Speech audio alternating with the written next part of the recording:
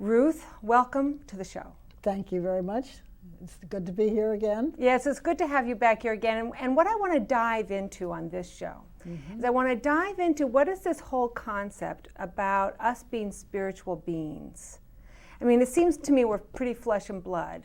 So metapsychiatry keeps talking about how we're spiritual beings. We're not physical beings. So please enlighten us on what that really means. It's very confusing, actually, isn't it? Because the world is speaking about being spiritual beings. This is not exclusive to metapsychiatry, but I think metapsychiatry sheds some new light on it.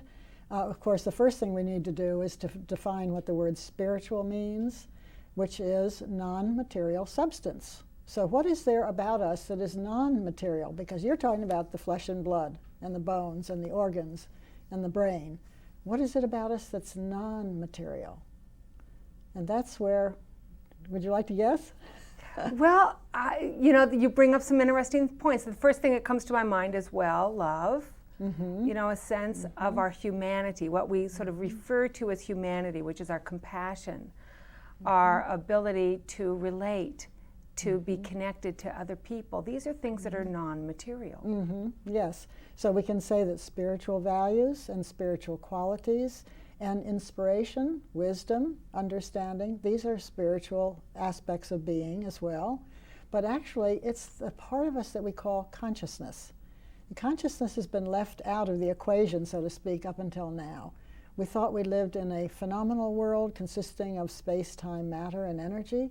And now we're saying, no, we've left something out. It's the consciousness of the individual that has been left out of the picture.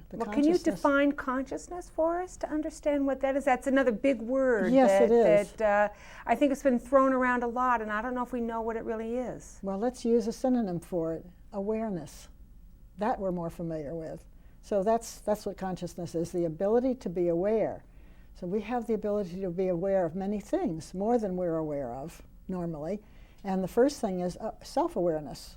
We can be aware of ourselves and of what we are doing and what we are thinking, and we can be aware of what is going on around us, of other people, but we're not usually aware that there's a higher level of awareness, which is to be aware of those non-material substances we were just speaking about, spiritual values, spiritual qualities, and inspired ideas. So to be a consciousness is to be aware on all those different levels.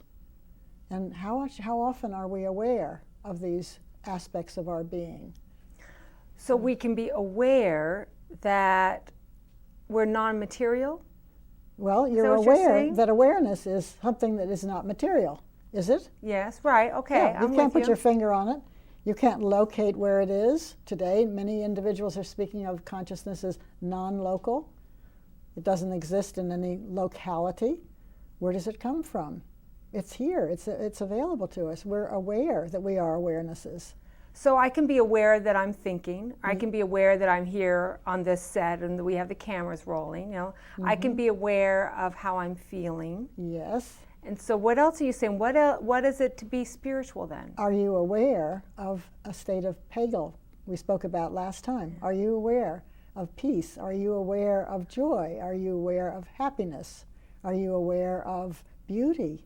These are values that all of us can be aware of, but how often are we aware of them?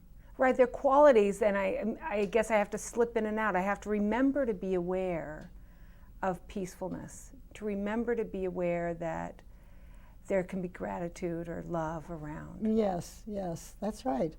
It's interesting to note that there's a wonderful story that is told about the Buddha when he was asked, who is he? Who are you? Are you God? And he said, no, I'm not God.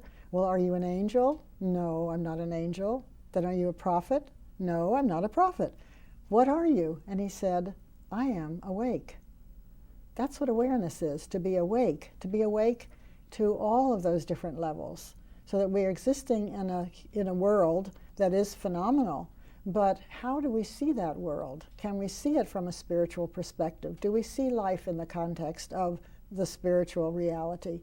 Or are we just stuck in the phenomena, seeing only the material and thinking that's all there is? Well, it seems to me that we can't have a conversation about being spiritual beings without also addressing this whole concept of God.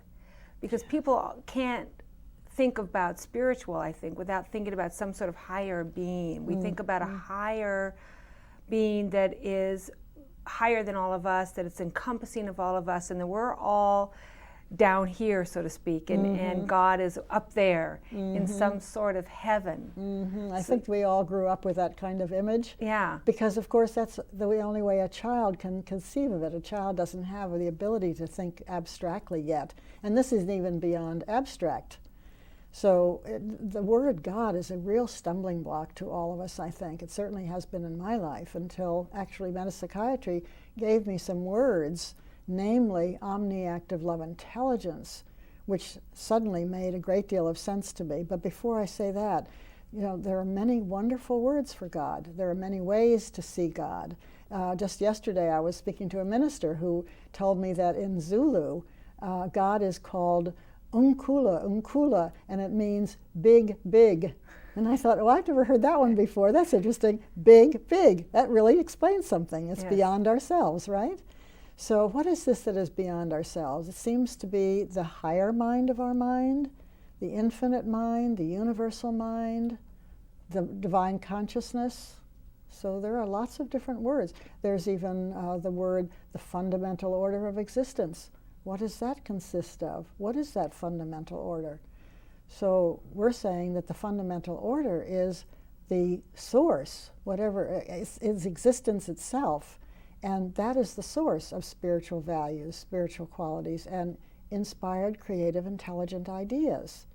So it gives us something really tangible to work with when we're trying to live a God-centered life or interested in living a spiritually conscious life. Well, you know, it seems to me that so many discussions about spirituality or ways of thinking about it and wanting to live that way have this kind of separation between this sense of what you're talking about, the universal order, God, big, however we might talk about that presence.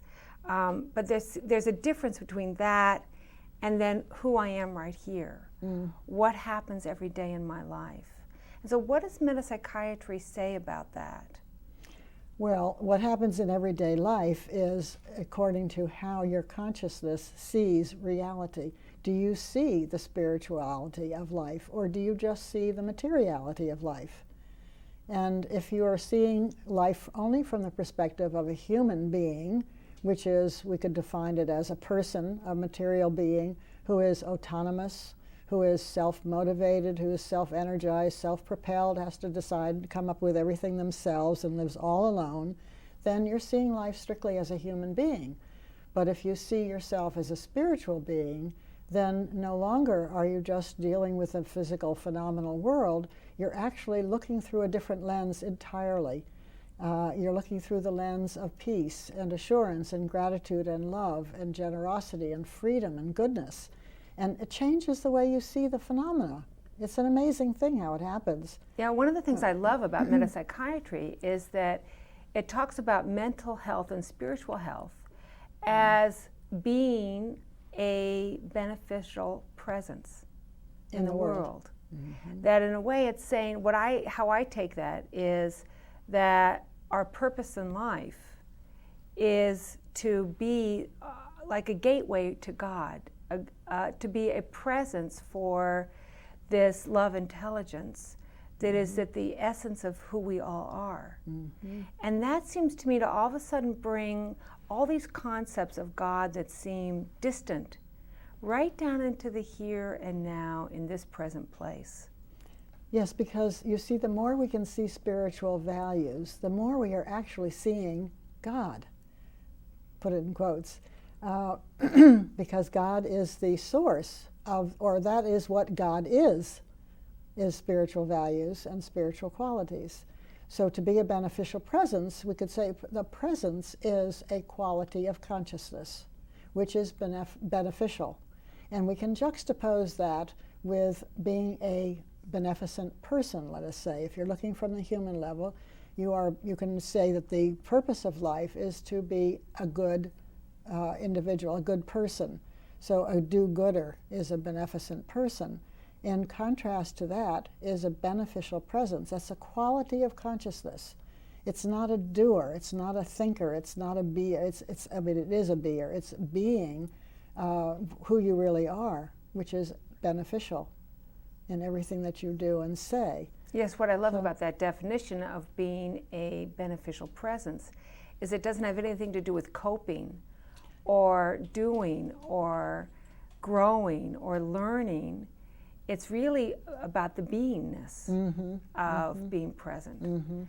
And so that when we go into a state of agitation, when we go into a state of anxiety, we're sort of mentally ill in a way. We're not quite who we really are. That's right. And we don't realize that. We don't realize that to be anxious and to be fearful, to be sad, to be disturbed, this is not our normal state of consciousness. This is not our true state of consciousness. It's what we seem to be as human beings, and we're all so used to it that we don't realize that there's some other level of existence that we could go to that would heal our anxiety and our fears.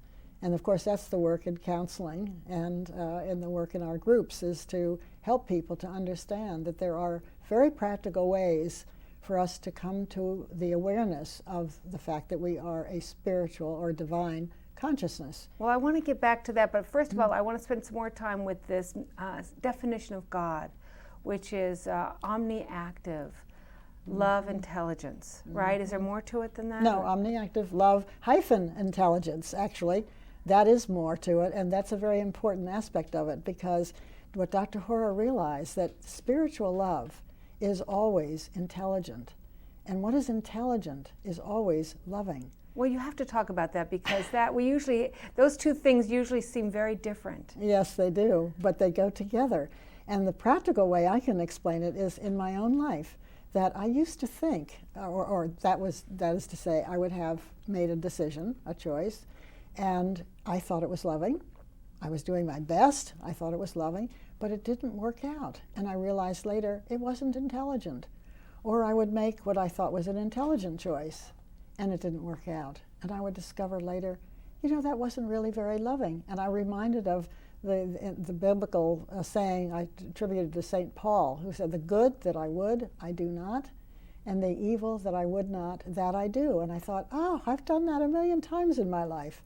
Not that we would say it's evil, but it's not the good that I did. I thought I was doing it, but it didn't work out. Well, so what do you mean by intelligent, though? What makes something intelligent? Yes, well, are we talking about IQ here? Are we talking about learning certain bits of knowledge and being able to regurgitate them? How much do we know about the world? No. Intelligence is a freely inflowing gift, continually inflowing gift of inspired ideas, which meet our needs moment by moment. It's constantly flowing. But we're so busy being doers in our life, living on the human level, that we're not aware that we have this ability to receive ideas to meet all our needs. So it's like this creative flow of inspired ideas that comes to us when we allow it. When we allow it, or when we cultivate an interest in it, and then allow it. And that combined with love, what's the definition of love? What's love? Well, this is another one that's difficult, because normally we think of love in human terms. It's usually revolving around attraction. If somebody gives us what we want, then we love them. But if they don't give us what we want, then we don't like them all of a sudden, and we can even hate them. So the person we would rather love, say our family members, our spouses, our parents, our children, we find out all of a sudden we're harboring real anger and resentment against them. Do we expect love to be having to do with attachment or how you treat other people? It has a lot of definitions. Yes, and it has to do with also giving things that really manipulate other people to do what they want them to do. So it's giving gifts and spending money, and there are lots of different ways that we can show human love. But this is not divine love. And divine love is defined in metapsychiatry as non-personal, non-conditional benevolence. Non-personal, Doesn't that sound awful? It does. Sounds so cold and so distant. So it sounds so detached. Yes, but what it really means is that love itself is what is good, and love is loving, is to be loving is to be manifesting God's love. So we love being loving. That's one of our expressions in metapsychiatry. Just to love being loving with no strings attached, no conditions. That love is part of that presence, right? That as we recognize that we're spiritual beings, love is our natural state. Yes, exactly. But did we know that No. until it was pointed out to us by someone somewhere along the line? Now, when you say it, it sounds so logical in a way. It sounds so, well, of course, that's what it is.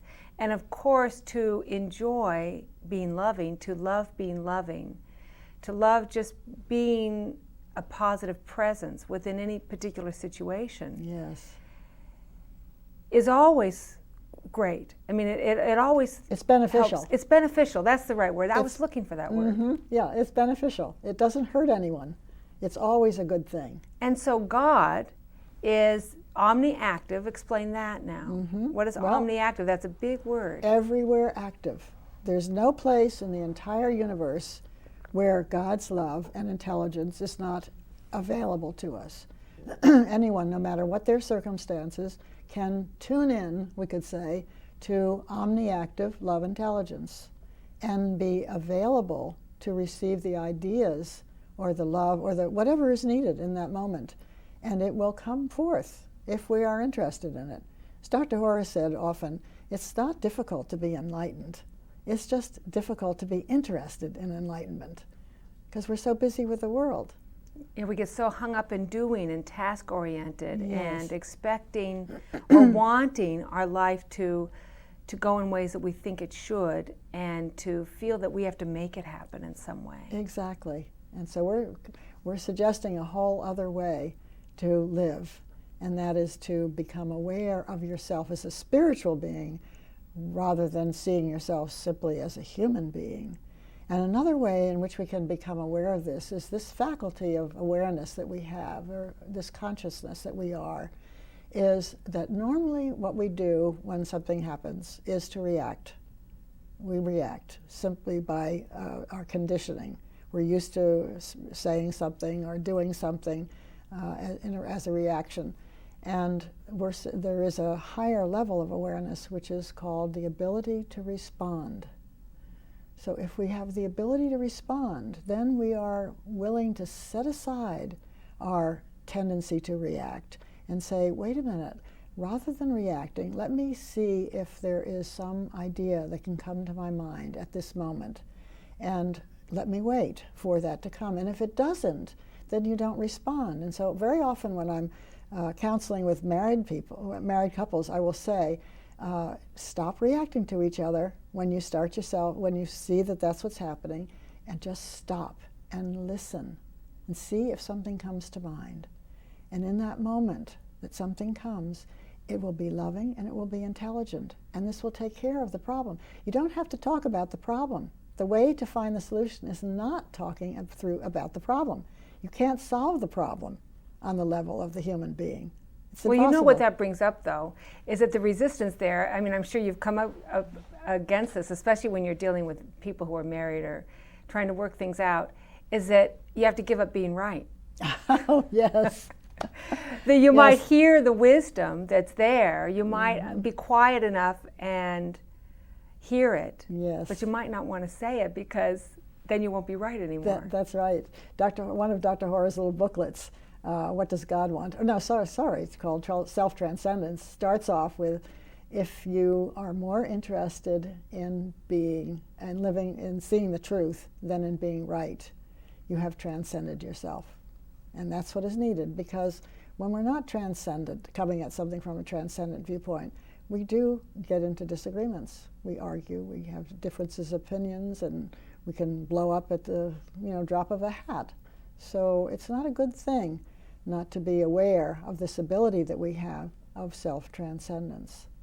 So going back to the fact that we're spiritual beings, what you're saying is, you're not saying that we're not flesh and blood. We are flesh and blood. But what is it? So we can be aware of spiritual qualities. We can be aware of the spiritual presence of Omniactive Love-Intelligence. Mm-hmm. And so then how does that interrelate with what this physical part of doing this life is? Well, we're interested in the quality of our consciousness. We're not interested in our bodies. So the more you become interested in seeing spiritual values and seeing what is good, the more you are living in your consciousness, not in the body. And the body actually has a way of getting healthier, and life has a way of looking better all the time as a result of your ability to live in consciousness. Well, how do you explain that? How do what does that mean, that happens? Well, that's a miracle. If we don't pay attention to our body and make sure that we eat healthy food all the time and that we exercise and work really hard to be beautiful, how do we get healthier if we don't do that? Well, the amazing thing is that the more you live in spiritual values, the healthier you become, even without taking care of anything that is physical. On the other hand, there are ways, if you have a physical problem, then we seek to understand the meaning of that, and that perhaps we could talk about in another program because it's a little too difficult to go into it in detail right now. But the idea is that we're not ignoring that we need to pay attention to what is healthy living, that we would pay attention to eating in a healthy way or exercising. Of course not. But we're saying, is this coming from the desire to pump out all the exercise, do all the exercise we can, or concern ourselves with being so focused on nutrition that we lose awareness of everything else? No. It means that if we are living in a pagal consciousness, the ideas come to us. We'll be led to the right book to learn about nutrition. We'll be led to the right exercise for us at that particular time. Otherwise, we might be doing things that are harmful for us at that time. It's really a shift in where we start our life, where we live our life from. It's living from this perspective that we are part of this loving consciousness versus I'm here as an individual and I have to do everything myself to make my life work. Yes, that's the same. That's what we always get back to. Yeah. Do you see yourself as a human being who is all alone in this world, having to figure out everything by yourself, being self-energized, self-propelled, self-motivated, all those things? Or do you see yourself in a greater context as part of reality, as part of the divine? And if you see yourself, as you learn to see yourself that way, by becoming aware of spiritual values and cultivating an interest in them, and your consciousness becomes imbued with them, then your life is totally different. It's not that the material changes. You know, what's out there is going to be there still. But the way you see it, you suddenly see beauty where you hadn't seen it before. You suddenly see in an individual intelligence. You see goodness. You see harmony. You see all sorts of things that had been obscured from your view beforehand. It's almost like taking a walk in the woods, and I can be taking a walk in the woods, and I can be thinking about what happened yesterday, or I can be thinking about a problem that I have, and I won't even notice that I'm surrounded by beautiful trees, yes. Right? And then all of a sudden I can wake up, and I go, oh, this is a beautiful day. Yes. Listen to those birds. I hadn't even noticed them before. Mm-hmm. Now, it wasn't that they weren't there.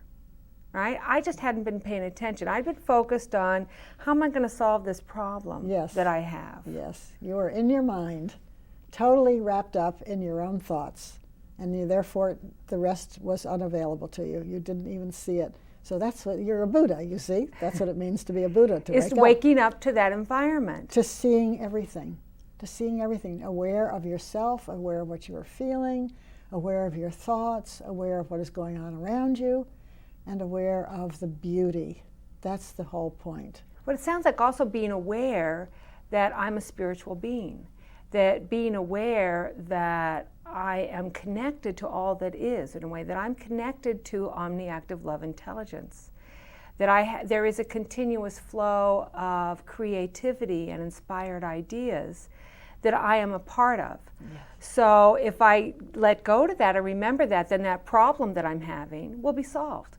That's right. Right? That the answer will be there if I remember what's really true, that I can live in that larger awareness.